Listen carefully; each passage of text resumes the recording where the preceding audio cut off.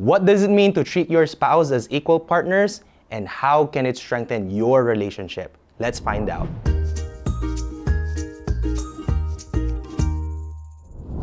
Hello everyone, welcome back to Faith.ph. And in today's video, we are privileged to have Marisol and Oliver. We are glad that you are here. And maybe you can introduce yourself to us. I'm Marisol. I'm from Dagupan. I'm from Luzon. My husband is from Mindanao. And we met in Cebu. Dagupan, Mindanao, Cebu. Yeah, Luzon, Mindanao, Visayas. We have 3 kids, 12 years old, 14 and 16. We got married May 4, 2006. 2006. Ano po ang pinagkakabalahan nyo currently sa inyong buhay? Meron kaming catering business at siya naman meron siyang travel and tour business. How did you meet si Oliver? Sa gathering namin doon sa school, every afternoon meron kaming free time. So, nakita ko na siya pero mas nakilala ko siya. No, one time, I left to go to the mall. Tapos in-approach niya ako. Sabi niya, saan ka pupunta? Sabi niya gano'n. Sa mall may bibilin lang ako. Sabi niya, meron din akong bibilin pwede ako sumabay. Pero kunwari lang yon. Wala talaga akong bibilhin. Sabi ko, sige, punta rin ako ng mall. Pero I think somehow, yun ang parang first step kung paano kami nagkaroon ng parang lasting na, nang nagkakakilala na kami eventually. Parang, it's almost like a date. Pero It hindi is a pa siya. date. It is a date, no? It was a date. So what is the greatest lesson that you have learned as husband and wife? Learn to keep secret. No, I mean, kapag meron kang asawa, you should protect your husband. When I say secret na hindi mo pinagkakalat sa iba yung mga imperfections ng asawa mo or yung mga problema nyo sa family. It should be resolved within you. Just you and your partner. Matuto ka na maging tahimik, then you don't have to involve everyone sa problema nyo sa family. Especially, parang posting sa social media. Oh yeah, that's... This thing, Meron kami rules sa bahay na we need to resolve it within us. Never na magkaroon ng instance na ipopost namin yung problema namin sa isa't isa sa social media. We solve privately. Kaya akala nila perfect ang marriage namin. Di ba? Parang nag-aaway ba kayo? Di ba? Oh. Pero behind the scene, merong mga pag-aaway pero we really resolve it in a way na very discreet, in a manner na We protect each other. yeah, na in the long run, kaming dalawa magkakaroon kami ng parang strong band na kung saan kaya namin i-resolve yung mga problema na meron kami unless, need ng help talaga ng mga both of our parents or sa outside family. Your problems should be within the walls of your own home. Pero it doesn't mean that you're a perfect couple. Yeah, we're not. What does it mean for you to have an equal partnership? We don't define our parang marriage as ako lalaki, akong gagawa nito, ikaw babae, kang gagawa nito. Parang meron kaming common goal na kung saan parang we both achieve it in a way na, dahil akong lalaki, akong gagawa nito. Pero hindi We don't treat yung pagiging parents namin na, so ako yung ganito, siya yung ganyan. Yeah, for marriage to work, mas maganda na nagtutulungan kayo sa maraming bagay. Ang maganda sa relationship namin, we both own our business. So, yung catering, kaming dalawa nagtatrabaho niyan. Meron akong assignment, may assignment siya. So, financially, we are equal partner. With regards to raising our kids, and nurturing them, partner din kami. Kung kunwari may napansin ako na kailangang i-resolve dun or kailangang i-address sa attitude ng anak namin, sabihin ko, mukhang kailangan niyang kausapin. Sometimes siya yung kumakausap sa mga anak namin. Kasi tatay siya. Parang mapapansin ko na lang kung kailangan nga niya ng reinforcement. Pumapasok din ako. Actually, you made a good point na when it comes to, for example, giving discipline to our children, it has to be it has to be a parent job. Not just the father job or not just the mother job. It has to be couple. Dapat kayong dalawa in one goal to discipline your child. Kasi karamihan, most of the time, I would admit na sometimes my wife would discipline my child, pero ako naman, I would, alam mo yun, parang, Mami, ba't mo pinagalitan? Nung ganon. So I like that you discipline your child together. And I think it would really be helpful, lalo na sa mga bata. They would easily identify what is right and wrong kapag iisa ang disciplinary action ninyo as parents. One time, yung aming panganay, nagpaalam siya to meet with her friends. And we have a family gathering and she should be there by 5 o'clock p.m. Tapos, wala. Hindi siya dumating.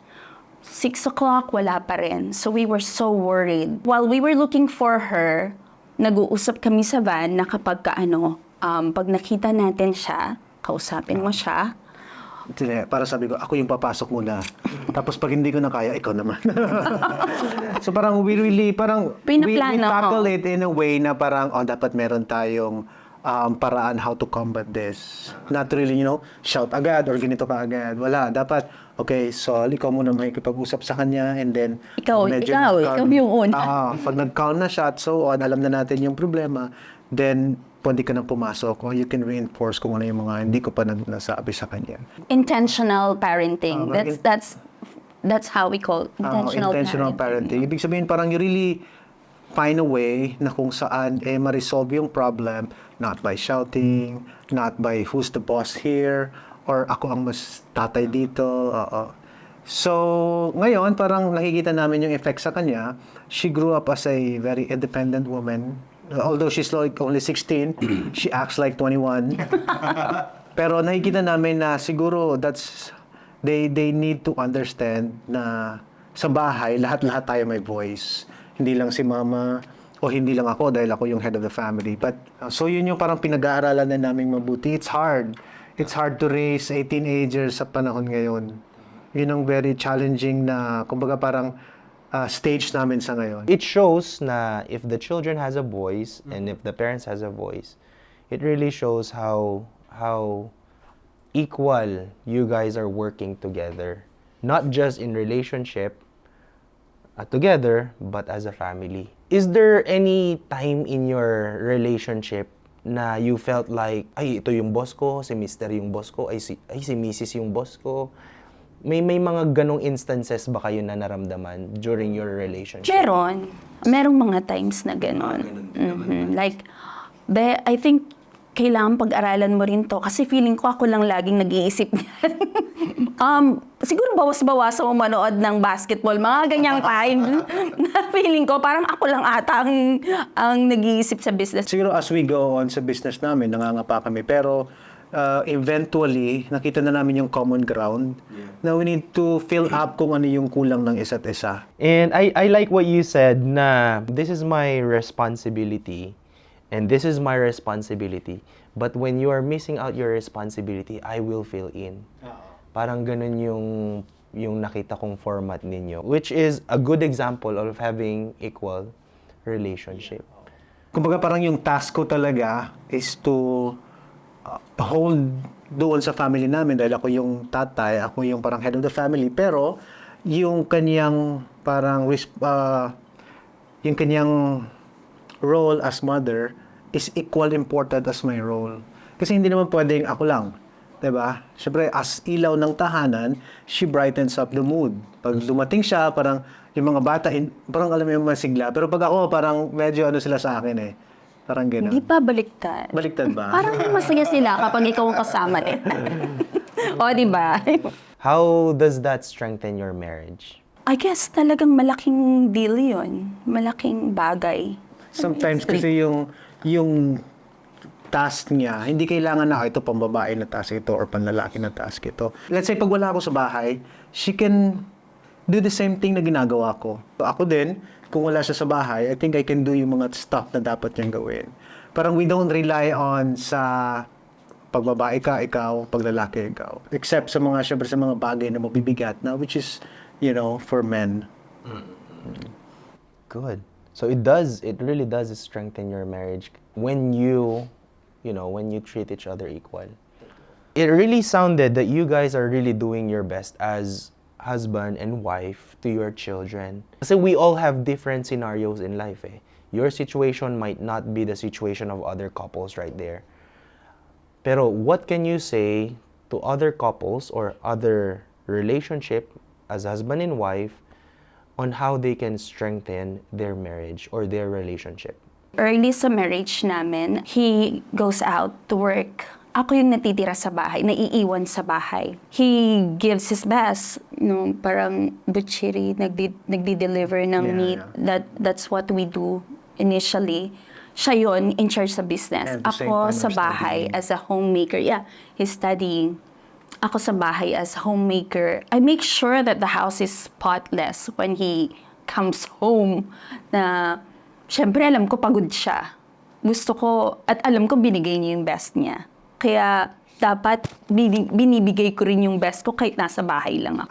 I think the key word is parang you fill in the gap dahil not all the time parehas kayong nandyan. So kung ano yung parang wala na, kung ano yung mga kailangan gawin na dapat gawin as husband and wife, you fill in the gap. As husband, kung nakita ko na parang she's doing everything she can, and she's tired na and so on. So I know what to do. I have parang may cue na ako na okay, it's my time to do this or my time to do that. I think that really implies to every scenario out there, regardless whether you are a stay-at-home dad or a stay-at-home mom. When you're at home, you do your best at home. When you're at work, you do your best at work, and you have to do it as equal partners. When we are starting as husband and wife, parang ang hirap i-connect ng bawat isa after how many years na magkasama kami. Yeah. Pero I think it's after 7 years. After 7 years, na nagkaroon kami ng parang special bond sa isa't isa, na we realize na for us to be able to really get through with this, we need to be one. It's always a partnership. Like sa amin, sa situation namin ni Marisol, it's always an equal partnership. Parang parang rarely na hindi kami magkasama. Parang bihira yon for the past 16 years, no? It's always like, pero We know our goal and we're working to achieve that goal together. Sabi niyo nga kanina, in equal partnership, there's no I or you, there is we. Last question, how do you think God has helped your relationship? Malaking tulong. No. Sa ngayon, we make sure that we involve him through prayer, family prayer. 8:45 yan. His phone will alarm. It says family prayer time. So we gather as a family at night time bago pumunta sa bed yung mga bata. We pray together and we make sure that we involve him sa lahat ng mga ginagawa namin sa bahay. In the first place, siya talaga yung bumuo ng marriage namin. No, we were married for time and all eternity.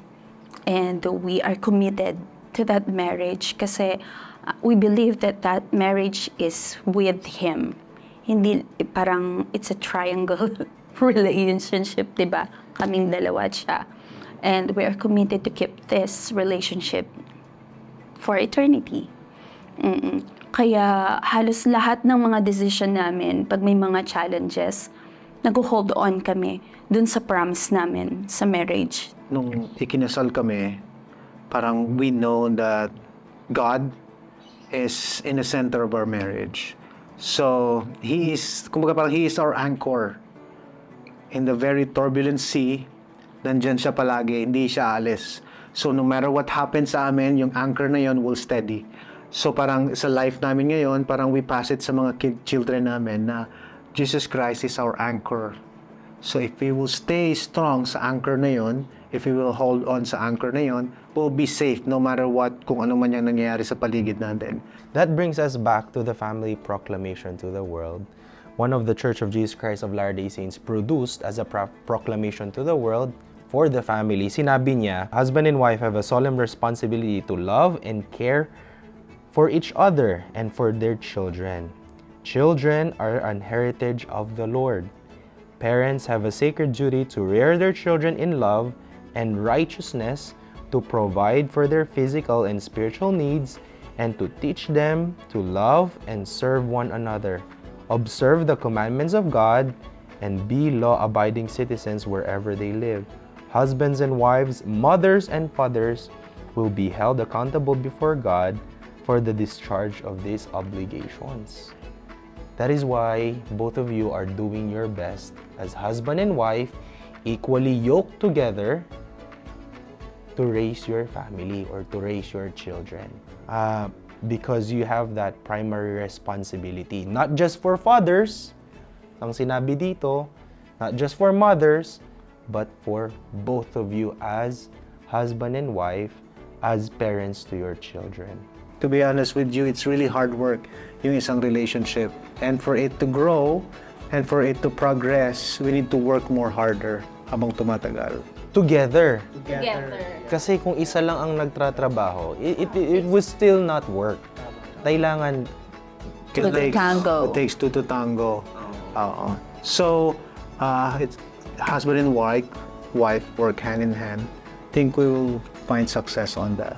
Again, Marisol and Oliver, thank you very much for being here sa Faith.ph. Thank you sa inyo. Thank you din. Hopefully, nakapag-impart kami ng mga bagay na makakatulong sa mga couples. Yeah, you sure did. I'm sure marami tayong may inspire na couple out there. Whether they are old couples or young couples, they will surely be inspired by your story. Thank you. And that's it for our video. Thank you very much for watching. Don't forget to follow us on our other social media accounts. And until then, we will see you on our next video. Bye-bye!